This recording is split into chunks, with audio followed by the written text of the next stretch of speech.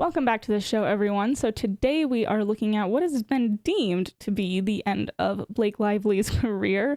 But as we know, these things are often not so simple, and rarely is it actually the end of one's career. But speaking of the end of careers, we are also going to talk about one Colin Kaepernick, who seems to be trying to claw his way up from the depths of hell. So that's unfortunate. But before we get into any of that, this is your reminder to subscribe to this channel, give this video a thumbs up. If you are listening on Spotify, make sure you leave a rating and a review over there. All of my other social medias are linked down below as always. And with all of that, my name is Noelle. This is Just Say No. Let's get into it.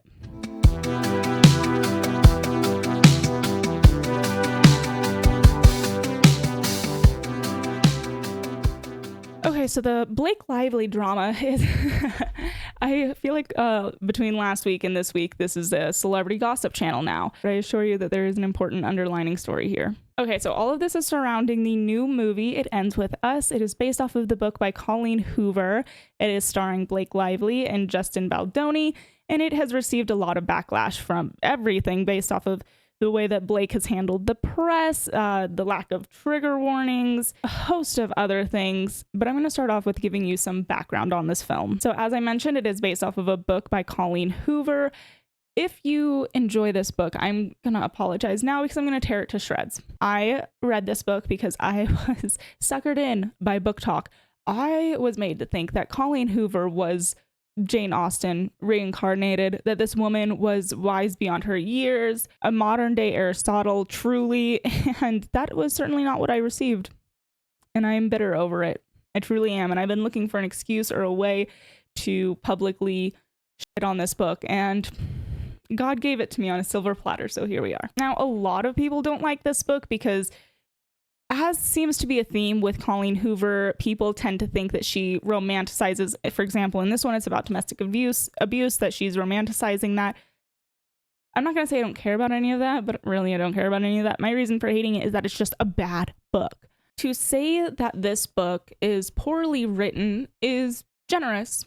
Frankly, it reads like it was written by a 15-year-old girl. It's very elementary in terms of vernacular, descriptions. It lacks any real depth. It truly does read like what a teenage girl would think a domestic abuse situation would be like. It's just not good. And on a pettier level, just to emphasize the kind of creative genius that Colleen Hoover is, the main character of this book, the one that is portrayed by Blake Lively, she is a florist, and her name, I shit you not, is Lily Blossom Bloom.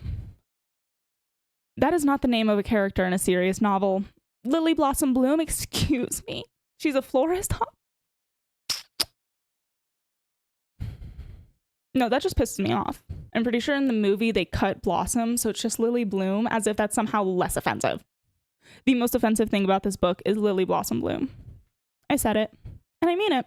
I do. I don't mean it. There is something more offensive in this book, and it is the fact that Lily Blossom Bloom, to cope with her childhood, because she does have an abusive father, writes letters to Ellen DeGeneres. And this is supposed to be a serious, beautiful novel. It gets worse. At one point, when she's a teenager, she makes friends with this other guy. Spoiler alerts, by the way. His name's Atlas. The name's in this book, I swear to God. And they're outside gardening, and a literal line from the book in a letter that she writes to Ellen DeGeneres reads, quote, "When he wipes that cow shit on me, it was quite possibly the most turned on I have ever been." Unless this book is meant to be satirical or a comedy, it isn't hitting the mark for me. And if it did hit the mark for you, good for you. I mean,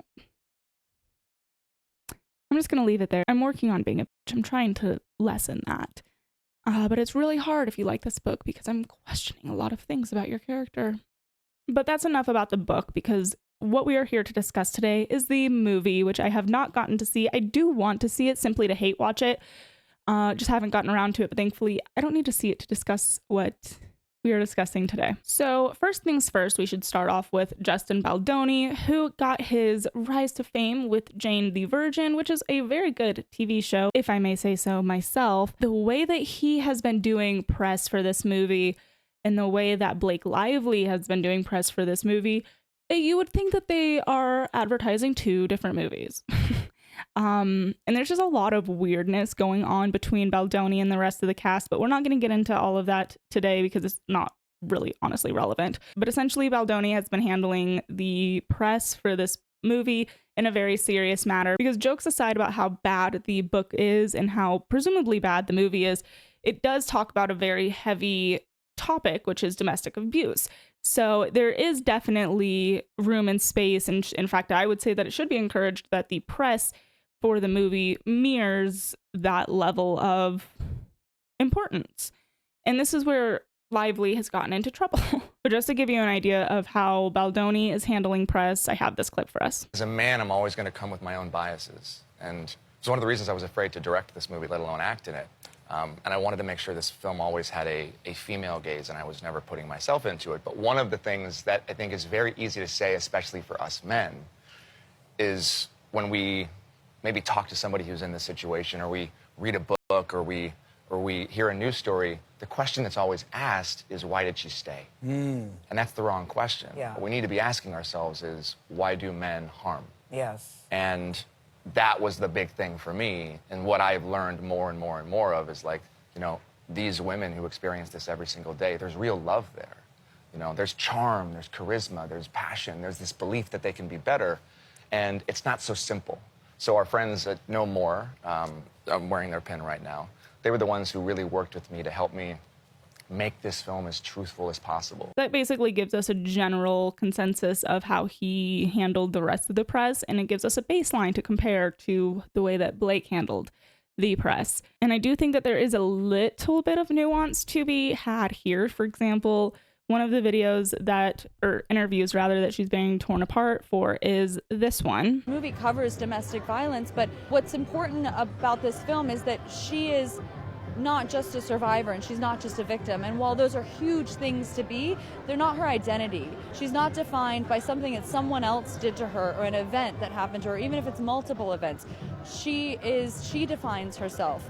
And I think that that's deeply empowering to remind people that no one else can define you. No experience can define you. You define you. You really feel like we delivered a story that's emotional, and it's fun, and it's funny, and it's painful, and it's scary, and it's tragic, and it's inspiring, and that's what life is. So here, in more than just this one interview, she's talking about how, yes, Lily is a victim of domestic abuse. She is a survivor, but she's a lot more than that.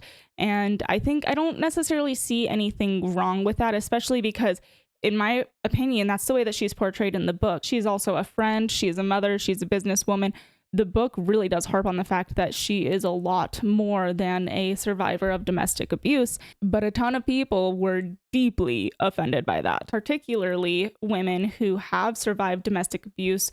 Their reasoning being that when you go through a trauma like that, it permeates every single part of your being. It shades the way that you look at the world, the way that you interact with the world, which is fair. There are those people who go through something like this and come out the other side, and they channel all of that trauma and pain into maybe advocacy work or something of that nature. And in that way, it is who you are. You took control of that narrative and you turned it into something else, but it is still very much part of who you are. Or somebody goes through something like that and they come out the other side, and now they have fear and anxiety and trust issues. And again, this is another example of a way in which a situation like that can permeate your being and can change who you are, and does in a way become who you are. That said, it's not true for everyone. There are women who have survived domestic abuse and come out the other side and do relate to the way that Blake represented it.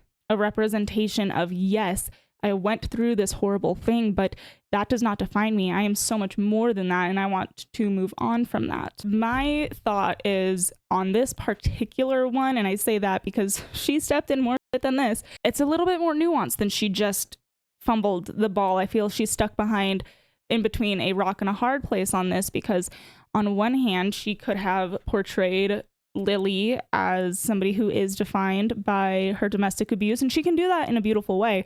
She can do that in a way of what I said, maybe it's advocacy work or just more putting more emphasis on it. Maybe had an approach of Lily went through this horrible thing, and unfortunately now she is defined by this. She is a victim. This is something that has changed her in every facet of her being. But I have a feeling that if she had done that, then there would be a group of women, and honestly, it'd probably be the exact same who are complaining now, saying, my victimhood does not define me. I am so much more than just a domestic violence survivor. So I don't think that there was a way to appease anyone in this situation. If I'm being honest, I think that there would have been complaints no matter what she did on this one particular front. So another thing that people were upset about is that she didn't focus on domestic abuse in a couple of the interviews, and she just simply focused on who Lily is. But again, I kind of feel like this makes sense for the specific route that she took the character. Now, on the flip side of that, I do understand that a movie that is about domestic abuse, you should be intentional about mentioning that and bringing that point up, because it is the point of the film. Okay, so another interview that she misstepped in, she is not doing too hot right now, is this one with co-star Brandon Skendler, who plays Atlas in the film. And I did not realize it until watching this interview.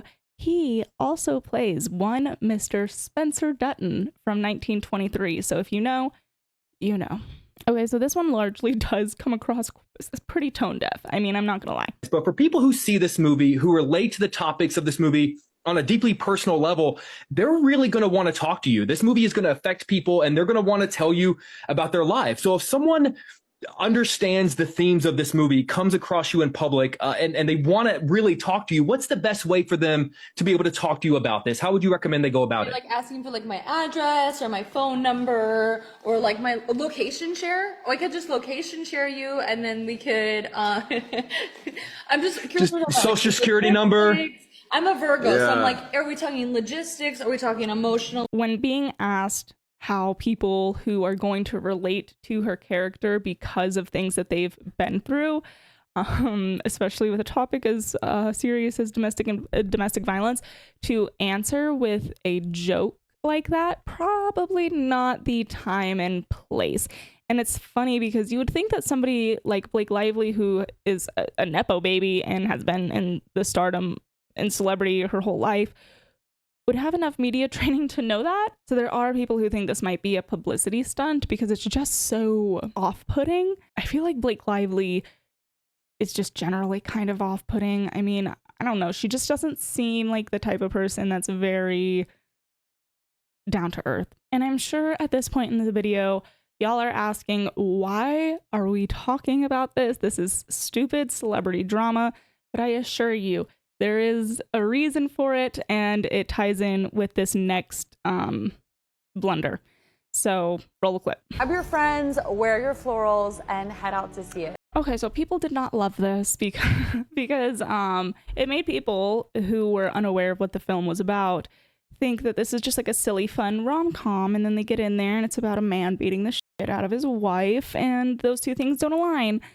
And I can understand that on one hand. On the other hand, though, at the end of the day, the viewer alone is responsible for knowing what it is that they are viewing. But I did see somebody make the point of like, just like imagine if there was a presser saying like, go grab your besties and a bucket of popcorn, come see my new film, Saving Private Ryan.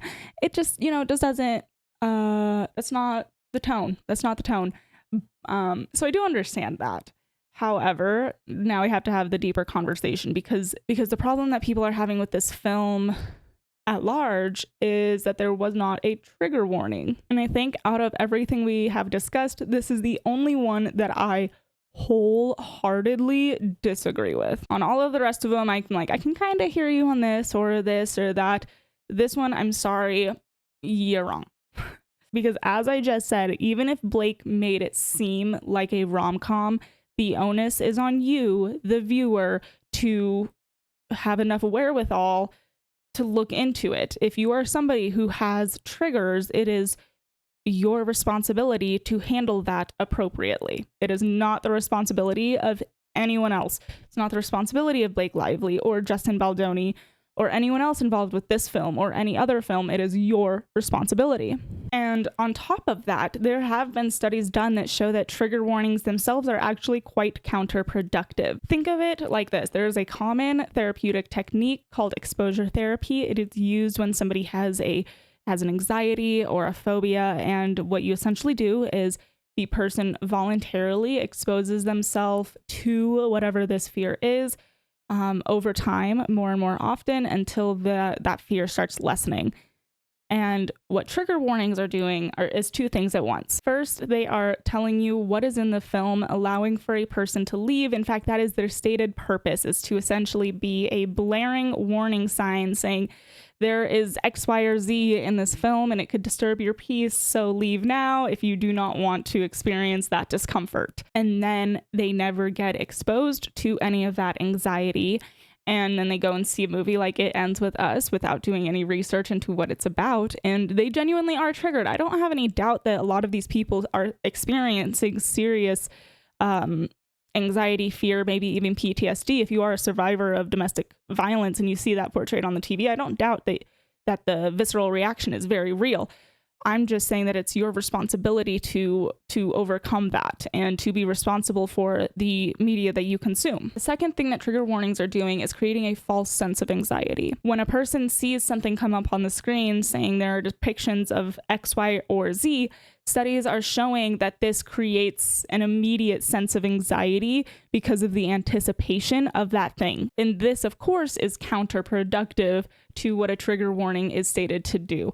So the best studies on trigger warnings say that they're essentially a flush, like they're not doing any good. And if anything, they are doing harm. But to wrap this particular story up in a little bow, could Blake Lively have handled the press better? Yeah, of course. But why people are shocked that an A-list Nepo baby celebrity isn't down to earth and understanding is quite frankly beyond me. I don't know why people have such high expectations of celebrity, but is what it is. But we do have another story to get to today, and that is Colin Kaepernick. If you feel like you just watched the life drain on my body, it's because you did a little bit.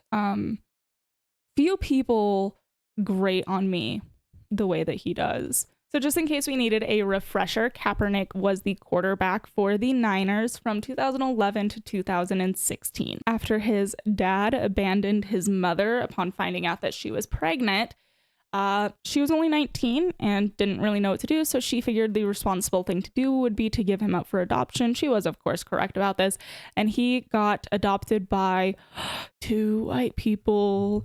Dun, dun, dun. And this is where the nightmare really starts for Colin. These two parents who loved him and raised him and supported him throughout his whole life, only for him to turn around once he was rich and successful to write a book and say that they were racist in his childhood. So what a guy. What a guy. He's a loser. All of that aside, what Colin Kaepernick is truly known for is taking a knee during the national anthem in 2016 at an NFL game. He said in an interview, quote, "I am not going to stand up to show pride in a flag for a country that oppresses Black people and people of color." Truly a retard we have on our hands here, folks. Says the man who in 2011 had a $2.2 million signing bonus, and then by 2014 had a $12 million signing bonus. So please, Colin, tell me again. Come on, I want to hear it. Please tell me again how oppressed you are. How horrible America is for Black people. Tell me again. I'm interested. So after that season, he became a free agent and never got signed to another team again. And of course, what's his logical next step? It's to sue the NFL for collusion because he spoke out against, you tell me. No, Colin, how about this? How about it's because you're acting like a bitch and bitches don't play football? Unless, of course, that bitch is Pat Mahomes, but we don't have to get into that today. He then continued on to do a Netflix show called Colin in Black and White, where he discussed all of the treachery of the NFL. Things like how the coaches wanted, imagine this, an NFL coach wanting their players to be monsters on the field, and how little Colin felt like that created a bad power dynamic. newsflash, buddy, there is a power dynamic between you and your coach. They're the coach, and I don't think it's completely unreasonable for an NFL coach to expect that their players tear the other team to shreds like a monster. I think that's the point of the game. Maybe I've misunderstood. I don't know. But little Colin does not stop there. Of course not. No, he continues on, actually, to compare the NFL draft. Let me remind you, his first year as a football player, he had a $2.2 million signing bonus.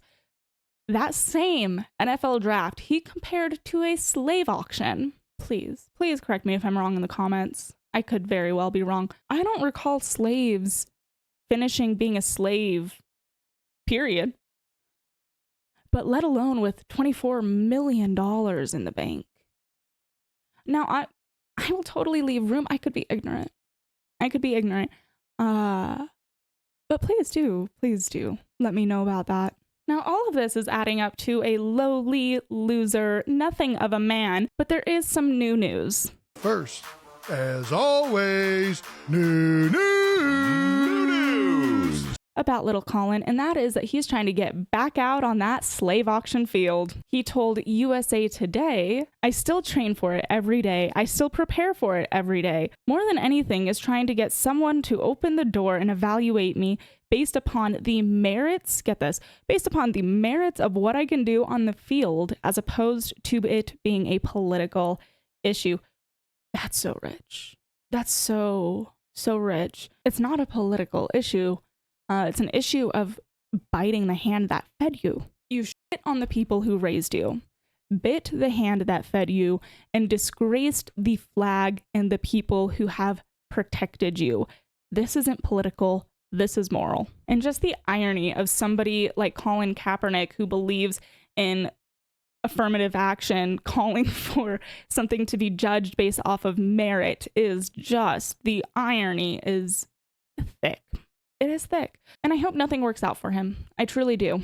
And on that lovely note, ladies and gentlemen, that is all that I have for you guys today. I really hope that you enjoyed the video. If you've made it all the way to the end, thank you so much. While you're here, subscribe, ring the notification bell, do something that makes it worth it to make it all the way to the end, because you're a rock star. But with all of that, I will see you guys next Monday. Bye.